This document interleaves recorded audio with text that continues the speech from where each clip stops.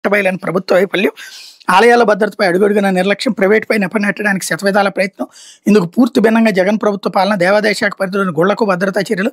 అప్పట్లో దేవాదాయ శాఖ ద్వారా ఆయా గుళ్లను నిర్వహించే వాళ్ళకి నోటీసులు, తప్పనిసరిగా సీసీ కెమెరాల ఏర్పాటుకు ఆదేశాలు, జగన్ ప్రభుత్వ చర్యలకు కూటమి సర్కార్ తూట్లు అన్నటువంటి వార్తని హైలైట్ చేశారు. ప్రభుత్వ మెడికల్ కాలేజీలను ప్రైవేటు పరం చేయొద్దు, వైద్యాన్ని వ్యాపారంగా మార్చొద్దు, మెడికల్ కళాశాలలో ప్రభుత్వ నిర్వహణలో ఉండాలి. ప్రభుత్వ పూర్వ special chief secretary PV Ramesh రాష్ట్ర ప్రభుత్వం మెడికల్ కళాశాలను పీపీపీ విధానంలో ప్రైవేట్ పరం చేయొద్దని, వైద్యాన్ని వ్యాపారంగా మార్చొద్దని రాష్ట్ర ప్రభుత్వ పూర్వ స్పెషల్ చీఫ్ సెక్రటరీ, ప్రభుత్వ మెడికల్ కళాశాల పరిరక్షణ కమిటీ రాష్ట్ర chairman doctor PV Ramesh demand చేశారు. ప్రభుత్వ మెడికల్ కళాశాలను ఆసుపత్రులు నిర్వహించాలని కోరారు.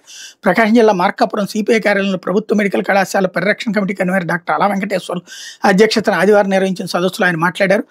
రాష్ట్ర బడ్జెట్ 3.29 లక్షల కోట్లు ఉండగా అందులో కేవలం 10 ప్రభుత్వ మెడికల్ కళాశాల కోసం 5,000 కోట్లను ప్రభుత్వం ఖర్చు పెట్టలేదని ప్రశ్నించారు. దేశంలో ఎక్కడా లేని విధంగా ప్రభుత్వ ఆస్తులను ప్రైవేట్ వ్యక్తులకు ఇవ్వడం మన రాష్ట్రంలోనే ఉందన్నారు. దక్షిణాది రాష్ట్రాలతో పాటు తెలంగాణతో పోలిస్తే మన రాష్ట్రంలో 33% బాలికలు పౌష్టికాహార లోపంతో అనారోగ్యంతో ఉన్నారన్నారు.